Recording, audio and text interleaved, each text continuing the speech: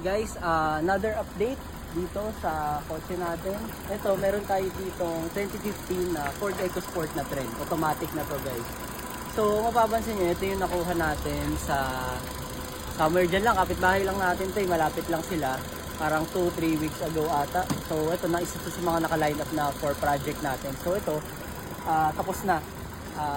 Na engine refresh na siya, tsaka tranny refresh. So ngayon naka-start lang din siya kasi kailangan natin palapatin. So ito, quick preview. Medyo madumi lang guys kasi syempre black. Ito, 2015 Ford EcoSport Automatic. So ayan. Ito siya guys.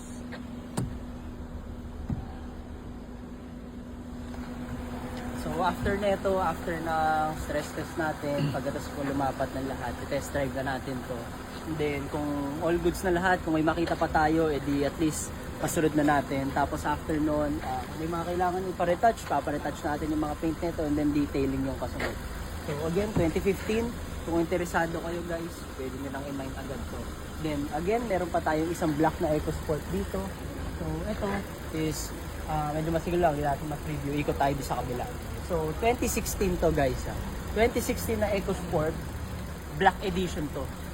So ano to guys, double black. Black edition 2016 titanium.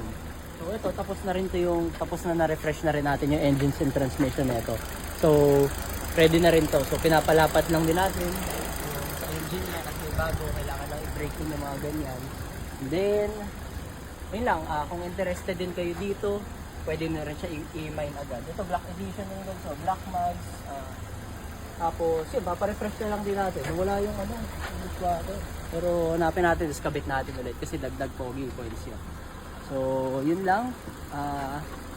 Pag gusto nyo pa ng ibang mga EcoSport, marami rin tayo. Mine lang kayo. Thank you.